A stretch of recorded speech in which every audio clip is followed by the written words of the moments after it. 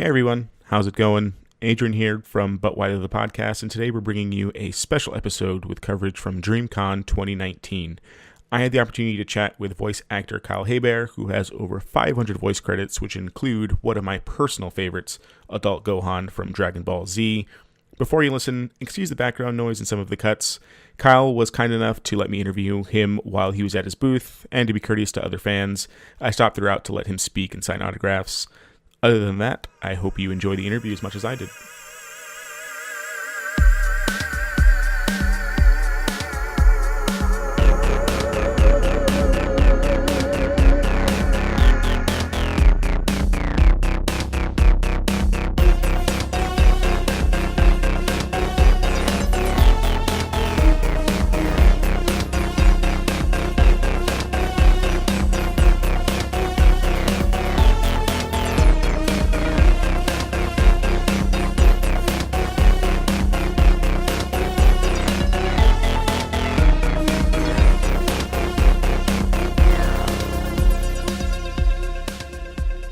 Hello and welcome back to another exclusive episode of But Why the Podcast. Today we are on day 3 of DreamCon here in Waco, Texas, and I'm here with Kyle Hebert, the voice of Gohan, Ryu, so many others I can't even think and list them all. But obviously, if you've listened to the podcast before, you know that I am a Gohan stan through and through.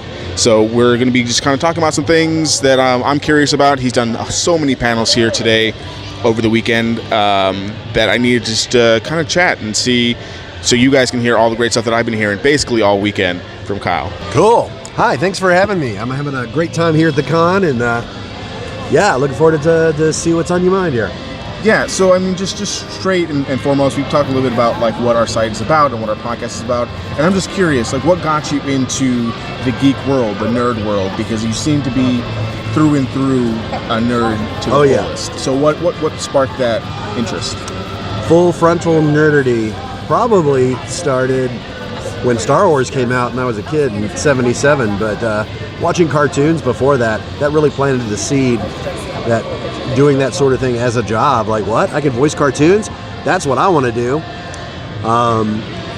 And it was, I was at odds with it too, because I was thinking, okay, I'm shy, I'm introverted, I don't want people looking at me. But hey, voiceover, no one's necessarily looking at you. You don't have to memorize dialogue like a play or anything, or on camera. And I like that. It had the freedom of not being typecast or held back because of your physicality, or only cast because of your physicality. It's a different dynamic. It's like just the purest form of acting, in my opinion. Yeah, I mean, and that kind of leads me to my next question, because just hearing from one of your panels earlier, you've always wanted to do voice acting. Oh, totally. Yeah, and I know you said why voice acting, but you didn't want to direct, or you wanted to be the voice that people heard. Totally. And through the years, I've obviously gotten the experience in 19 years now working in the industry and seeing all different facets, the adapting of the scripts, the directing, the producing, the audio mixing, and all that. And it's all fascinating, and I'm very lucky to have witnessed all of that. But yeah, my real passion lies in just being the guy on the other side of the booth who gets to come and play for a few hours. So obviously, you've worked for a while in this industry. I'm sure you've worked with some of the best voice actors kind of everywhere, kind of in the States, from the Matthew Mercers to the Laura Baileys to the Chucks and the Lindas and all that stuff. What's been your best experience in a production? Wow. I guess something that just meant a lot to me as a bucket list sort of thing is getting to work on a Disney movie, and getting to, because I was Ryu in Street Fighter, getting to do a cameo in Wreck-It Ralph. And then, even for the second one, they reused a Shoryuken scream from the first session, so I got to be in both movies.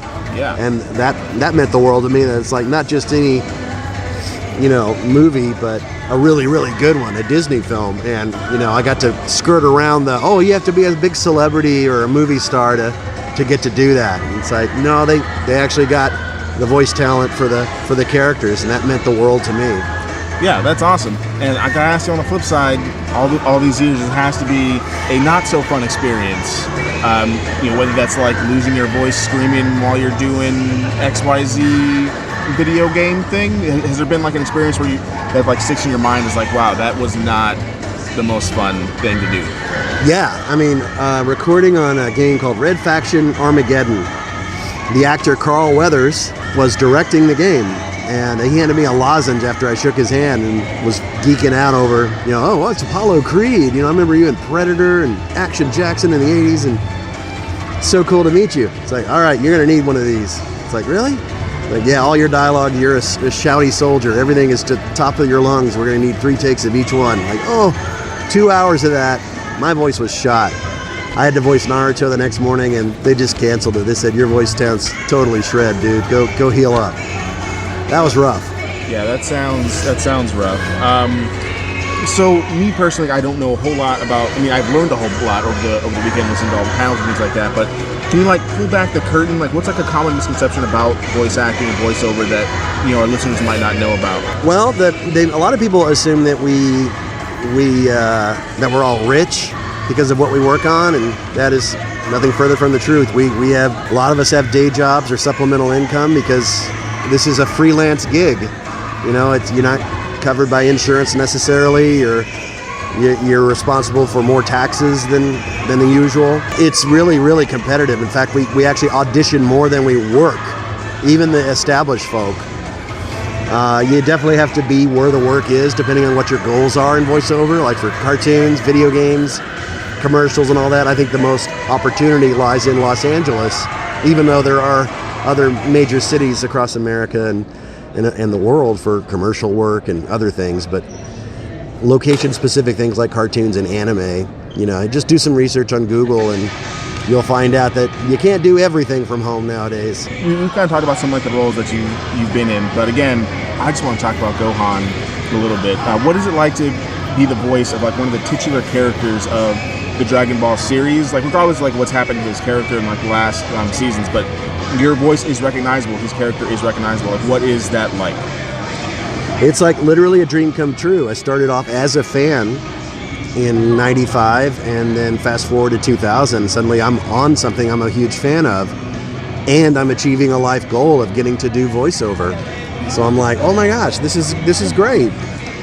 And I still pinch myself that I've been a part of a property that to this day its fandom is unending, and now it's probably stronger than ever.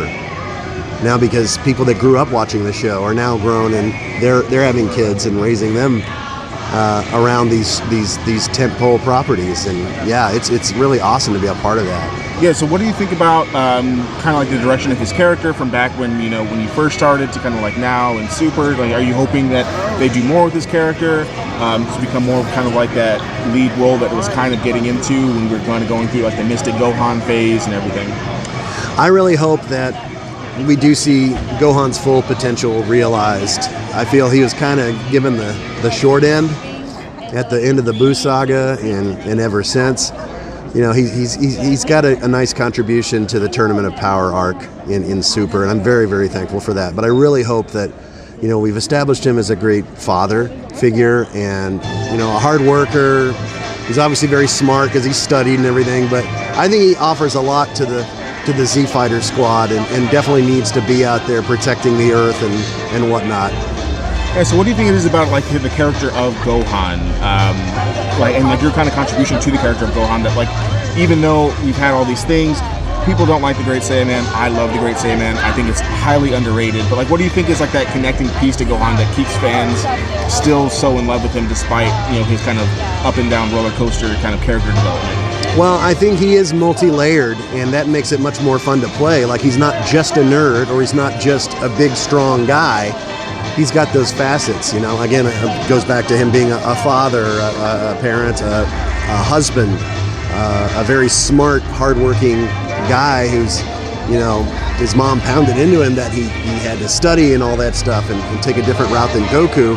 So he's got those facets to him, but he's also this really, really strong one that could definitely hold his own. Kind of moving away from that a little bit, just to kind of talk about pop culture in general. So, from your panels, I've heard like all of you. You're a horror fan. You're you and your wife like binge stuff on Netflix and all those things. So, what kind of aspects of pop culture are you super ingrained in outside of like kind of like the anime and like cartoon world? Like, what are your kind of go-tos at the end of a long recording session? Just love catching up on a lot of TV shows. We're loving What We Do in the Shadows on FX. It's a hysterical mockumentary about vampires from the Middle Ages trying to adjust to life in modern day New York. It's really hysterical. It's actually based on a movie from New Zealand and the makers of it behind it. One of them, Taika Waititi, directed Thor Ragnarok, and he has a big hand in this series. And it's a blast. We love watching Preacher, a lot of live action stuff. Checked out Black Summer, another zombie show that's a short 8-episode burst that we really enjoyed. I love social media. I love playing video games. I love just kicking back and relaxing. I love reading comic books. What are you reading? Like, what's on the docket as soon as you hit the plane today? Oh my gosh. I'm reading the new run of Conan on Marvel. I'm enjoying the new run of Venom. That's really good. I like Justice League Dark from DC.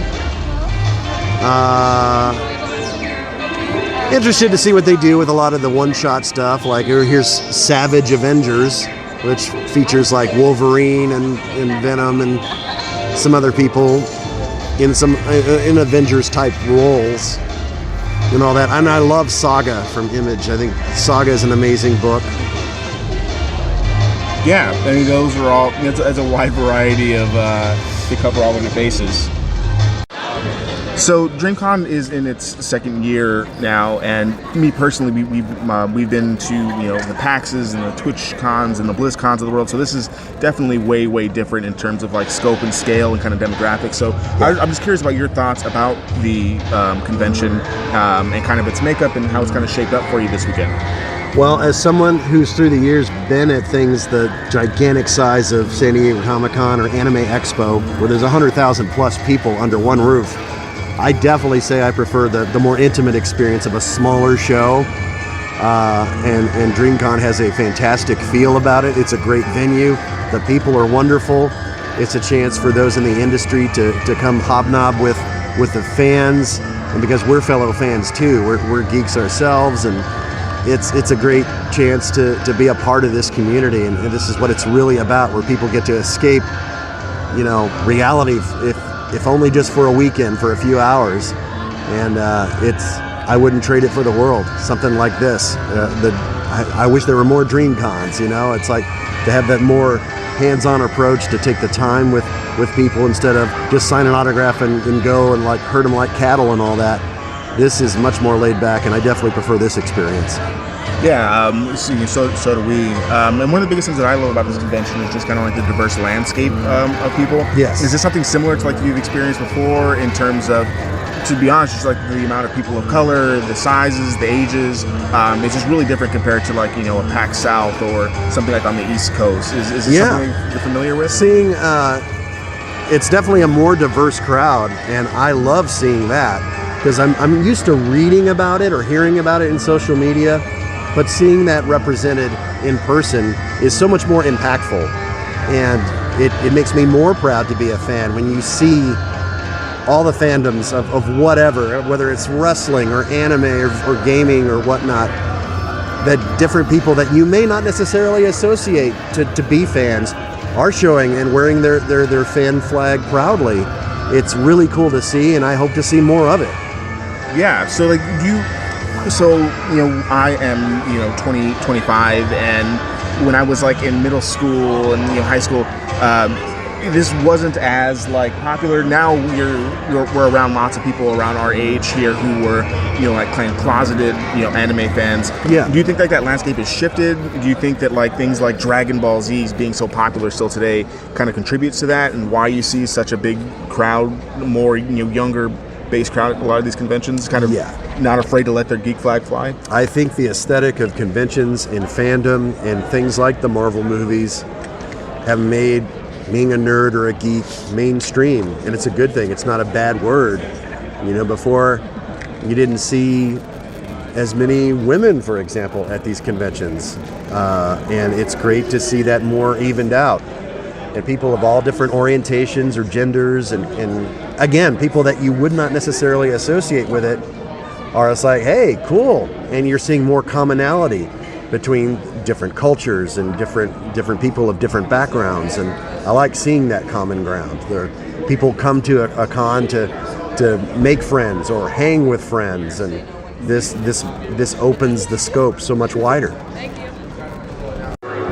Yeah, that was super well said, Kyle. We just have a couple more questions for you. Just kind of like along the same line, like what is like your message to like the geek community? Like if you can tell them one thing to kind of get out of our conversation today, like what would that be? I know it's a very loaded question. I am so sorry. Oh, that's okay. I think it's important to remember that no matter who you are or where you are, be yourself. Don't be afraid. We know that there's a lot of forces out there that are negative and maybe holding you back from whatever circumstance and all that. But remember, there are thousands upon thousands of people that have your back, no matter what circumstance you're going through. You are not alone. And through social media, through fandom communities online and at the convention level, we're able to go out there and show our love for one another in all different forms. And remember, you are special, you are loved. Kyle, I can't think of any other way to finish off our short little interview today. Thank you so much. Thank you. Where can the people find you? I am at Kyle Hebert on Twitter, at Kyle Hebert on Instagram, Facebook.com/Kyle HebertVO, and that last name is spelled Hebert. Spelled like Hebert, but pronounced like a bear. Oh no, a bear is attacking me. And KyleHebert.com is my website too, but I'm super active on social media. I also have a weekly stream on an app called Unlocked. It's a live video pop culture stream where voice actors, artists, creators, and curators are able to interact with fans on camera.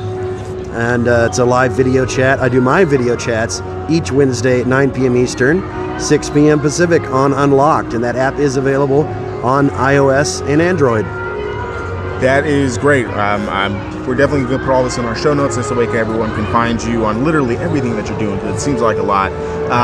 You can find the podcast on our website at But Why Though PC, on Instagram, Twitter, Facebook, just about everything at this point. And you can find me on Twitter at SuperRuiz93, SuperRuiz93. Kyle, thank you again so much, man. This has been a blast. Thank you. Thanks for having me.